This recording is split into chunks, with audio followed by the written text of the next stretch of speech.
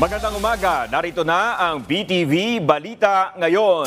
Pinagpapaliwanag ng Department of Justice ang mga tauhan ng National Bureau of Investigation at Bureau of Immigration na nakipag-group photo kay dating Bamban Mayor Alice Guo.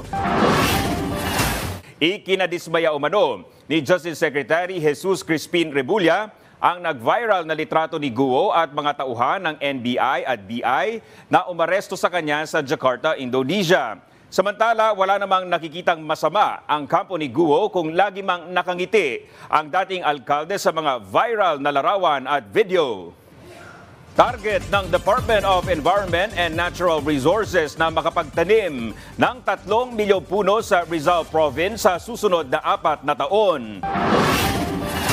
Ang Rizal ang isa sa pinakamatinding na apektuhan ng baha na dala ng bagyong Enteng at ng Habagat. Ayon sa DENR, nasa 4,000 hektarya ang target nilang matamnan ng mga puno sa lalawigan. Makikipag-partner din ang kagawaran sa Department of Public Works and Highways para sa River Restoration Project na layong makatulong para maiwasan o mabawasan ang pagbaha sa Rizal.